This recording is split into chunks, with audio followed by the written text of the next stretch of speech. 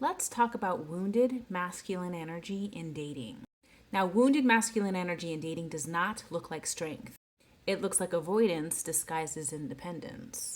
It shows up as emotional unavailability, inconsistent effort, hot and cold behavior, fear of commitment, need for control, chasing validation instead of intimacy, and disappearing instead of communicating. And this isn't confidence, this is really just self protection. And that's because a wounded masculine has learned four things: vulnerability equals loss, commitment equals captivity, emotional presence equals danger, and needing someone equals weakness. So instead of connecting, that wounded masculine energy is managing distance. An integrated masculine in dating looks very different. There's consistent presence, there's clear communication, there's emotional containment, there's protection without control, and there's leadership without dominance. It chooses and then it shows up. Weird. So if someone is keeping you guessing, they're not mysterious. They are dysregulated. And no amount of feminine softness is going to heal masculine avoidance, okay?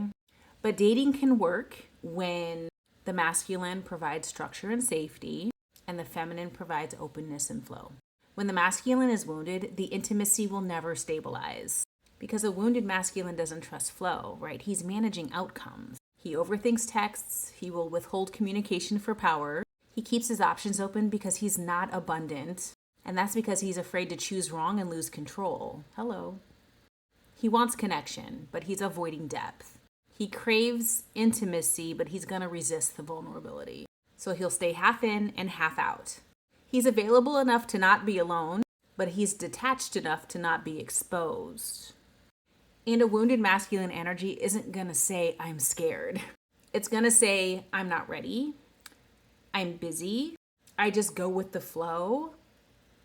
And what he's really saying, I don't trust myself to lead this. Leadership in dating isn't dominance. It's clarity. A healed masculine does not keep a woman guessing. He's not testing her loyalty. He's not going to play power games to feel secure.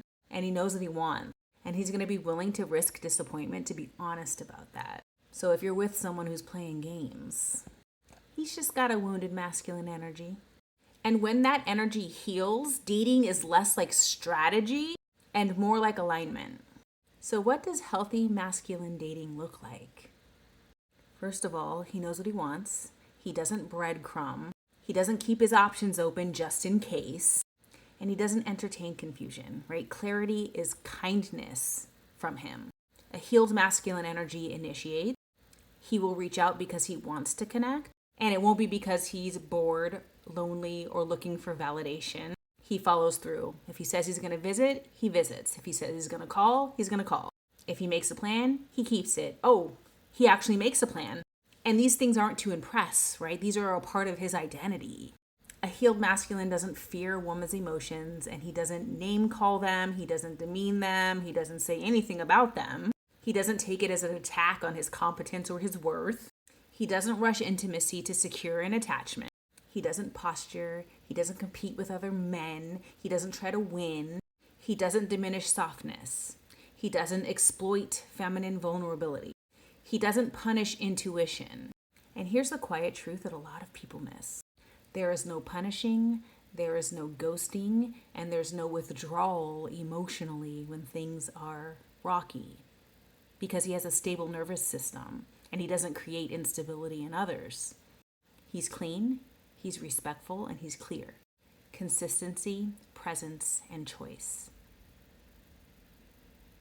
How many of y'all have that? Put that in the comments. Tell me that you are dating a healed masculine energy, or if you have this, put it in the comments. Now go.